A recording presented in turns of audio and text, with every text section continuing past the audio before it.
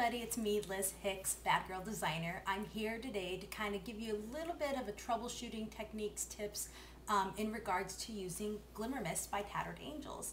As well as being a Bad Girl Designer, I'm also on the Tattered Angels design and education team. So with that, I've been able to kind of see from pros how to use Glimmer Mist and just really how to get some really cool effects with it. So what I want to show you today is just how to create fine mists and fine layers with using your Glimmer Mist, as well as kind of preventing some of the splotchy effects and using some different tools to give you some different effects. So let's get started. Alright, first things first, I'm going to show you the proper way to shake your Glimmer. Glimmer Mist is a water and dye based product. It has a nice little glimmer to it. It also is completely safe for kids, non-toxic, so you can let your kids use it. You can use it within confined areas. You don't have to worry about anything toxic flying up into the air. As well, since it is a water-based product, you don't have to worry about staining your clothes with it. What I usually do if I get something on my shirt is I usually treat it like a regular stain and wash it within my regular clothing cycle. So first off, the correct way to shake your Glimmer is to just kind of lightly in circular motions shake it, maybe give it a nice little tap here and there. The idea is that you want to take all of the Glimmer from the bottom here and evenly distribute it throughout your whole bottle so that each spray out of your bottle will give you the nice, same consistent Glimmer. Also, you want to make sure that you get all the Glimmer off the bottom so that when you are spraying it, you don't get chunks of Glimmer shooting up through your sprayer and clogging your spout. As well, the reason why I tell people not to shake it violently or to kind of tap it really hard is to prevent your sprayer here from getting a whole lot of bubbles in it. And what that'll do is when you get a lot of bubbles, air bubbles inside of your Glimmer Mist, you can see here I've already kind of have a few. What that does is that it allows the air bubbles to get pulled in through your sprayer and force your Glimmer Mist out, which is what causes that splattery kind of looking effect. So again, just kind of tapping it side to side, getting all the Glimmer evenly distributed. And what's cool is that you'll see how you kind of get this nice little Glimmer tornado full of color and a nice little Glimmer. So first things first, if you want just a nice artistic look to your Glimmer Mist, you can spray it closer and you can see how that's going to give you more of a condensed look. If you want something a little bit more spread out and a little bit more evenly, you can spread further away and get more of a finer mist. You can see here how I have these little splatters, which is common if you again have these air bubbles in there or if your sprayer is somewhat clogged. That is forcing the air bubbles kind of spit your Glimmer Mist out of your sprayer. As well, if you can see your Glimmer Mist when it's coming out of your sprayer splitting, that means that something's clogging your sprayer. If you do have clogged sprayers, take this part off, soak it in hot water, get the Glimmer inside of there nice and loosened, and then what you can do is take a can of canned air, the same kind of air that you would use to clean out your computer desk or your computer keyboard. What you would do is just go ahead and put it right up against the nozzle and spray it out so you can get all of that Glimmer out. I'm just going to go ahead and put this on.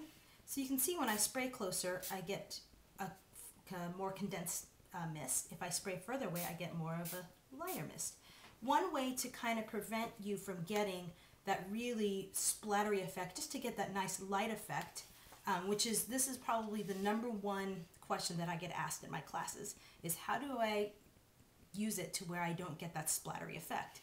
One way to do it that I actually learned from the owner, Wendy, was to go ahead and take your sprayer, spray one spray off of your project onto your mat to get all the air out of your sprayer. Go ahead and spray it out, and then just go ahead and create just a fine mist over and kind of just circularly apply your Glimmer Mist into finer mists. Now here my sprayer started to get a little bit clogged, so you can see where it kind of splattered. But this is the effect that you would get right there, just that really nice fine mist. So let me go ahead and try it again with just a different color. See if you can get a better idea of what that is. So go ahead, and what I'll do is go ahead and spray it off. Nice fine mist. And you can see how it's just really lightly falling down. Another really cool way to get just a nice even coloring of color is to just go ahead and spray a condensed spray of Glimmer Mist onto your paper. You can see I'm just really saturating my paper here. And I'm going to take a paper towel and just wipe it away. Now you would think that this would take away some of your glimmer off of your Glimmer Mist, but what it's going to do is just evenly distribute it throughout your paper. So you can see here how it is still really nicely glimmery. All right, another really cool way of getting the same effect but without taking any Glimmer Mist off. You can see here I just took a little bit of Glimmer Mist off of my paper. Another really cool way of getting the same effect but without taking any off is to go ahead and just, again, saturating your paper.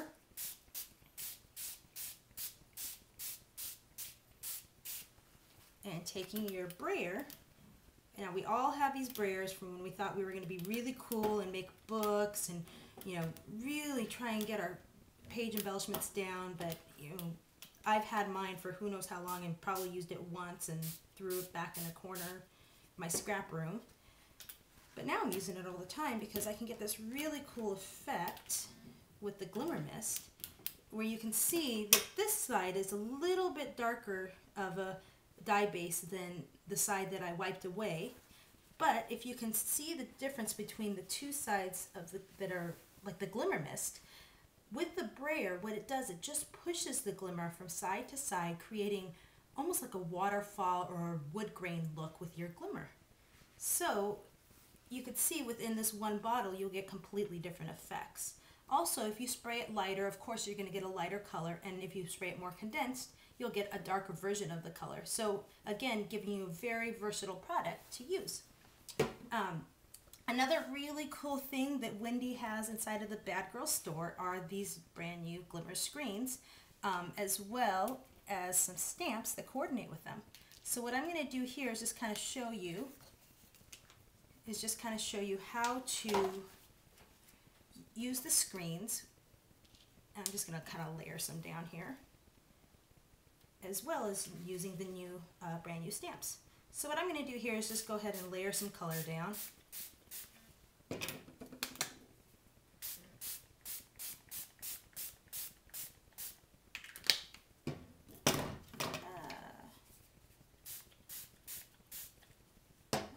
get some darker green down too.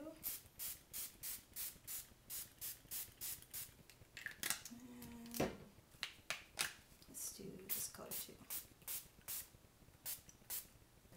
All right. So when I take up my screens, you'll see that I will have vacant spots from where my screen masked off the Glimmer Mist from landing. Let's take this one off now. The really cool thing about these screens is that you can see right here where there's still Glimmer Mist on the screen. I can flip it over and use that as a mask, or as a stamp, sorry, and get a totally another cool effect.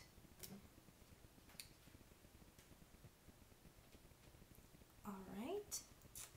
Now the last thing that I want to share with you is these really cool stamps that Wendy just got into the store. And this is actually the Tattered Traveler Compass stamp. There's a few different stamps that I think Wendy has that coordinate with the actual Glimmer screens. So here is this stamp. I'm just going to go ahead and add some ink to it. Really cool thing about the stamps is that Tattered Angels, since they all started off as scrapbookers and crafters and stampers and card makers, the ladies that create the product, they know the kind of the ideas that go through a scrapbooker's brain, and they understand the value of product. They've actually included reinforced packaging into their stamp sets to create a product that will work within itself, as well as something that you don't have to go out and buy a whole other stamp pad or a stamp block for. So it really, you know, it's economical, as well as if you're like me and you actually do already have an oversized stamp block. You know, heaven forbid you should know exactly where it's at. So This just works for me because I already know that when I pull out my stamp set, it will have the block with it. So there you go. You can see here is what Tattered Angels calls their screen print two-step stamping process. And this to me is like a 3-layered kind of effect where you have the under layer that we did first, then the screened off layer that we did next, and then the stamp layer that we did last. So you can just see how many different varieties of projects you'd be able to get with just this. Anyway, well, that's it. We're done for now.